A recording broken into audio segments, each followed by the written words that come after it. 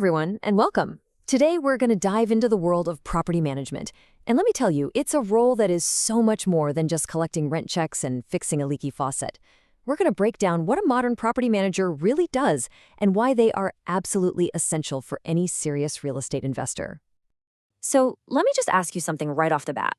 When you picture owning a rental property, does your mind just go straight to, kicking back and collecting rent checks every month? If it does, you might be in for a bit of a shock. The reality of it all is, well, it's a lot more hands-on. And that, right there, leads us to what I call the landlord's dilemma.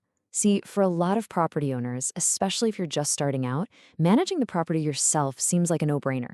You save money, right? But does it really work out that way?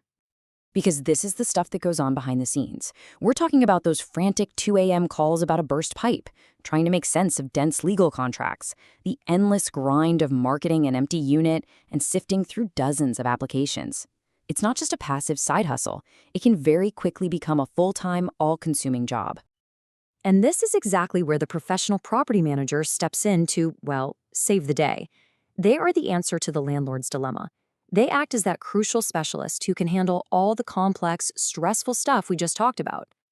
Okay, so what is a property manager officially? By the book, they're a licensed general agent of the owner, and this whole relationship is set up with a formal contract. It's called a management agreement.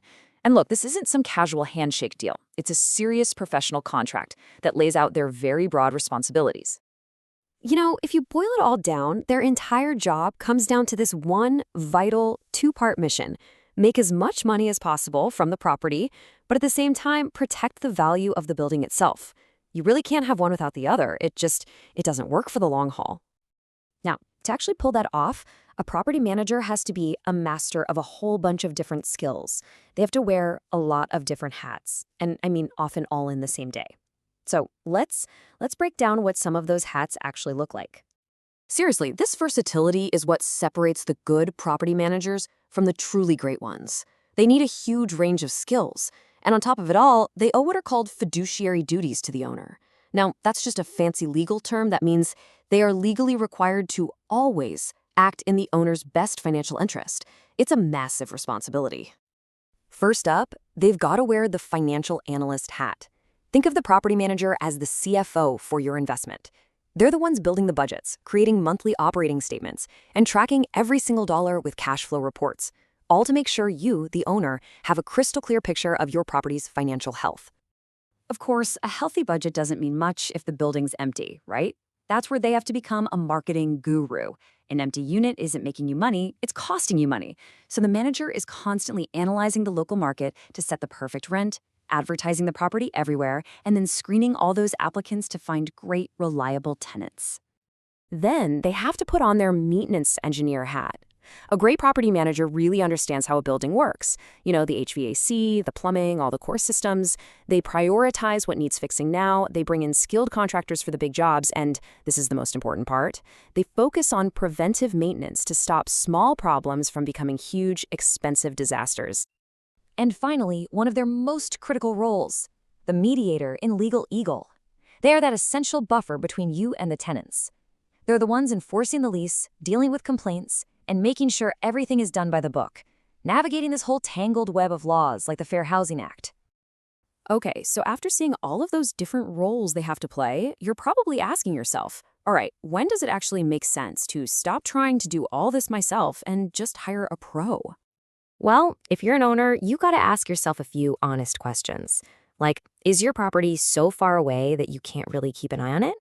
Do you really understand the ins and outs of landlord-tenant law? Are you juggling so many units that it's become a full-time job?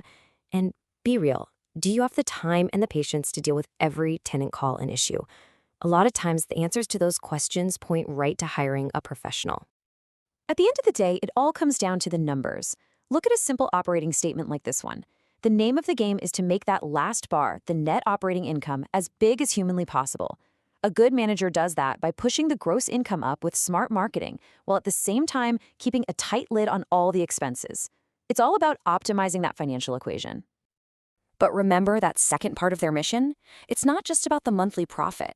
It's about protecting the long-term value of the actual physical building.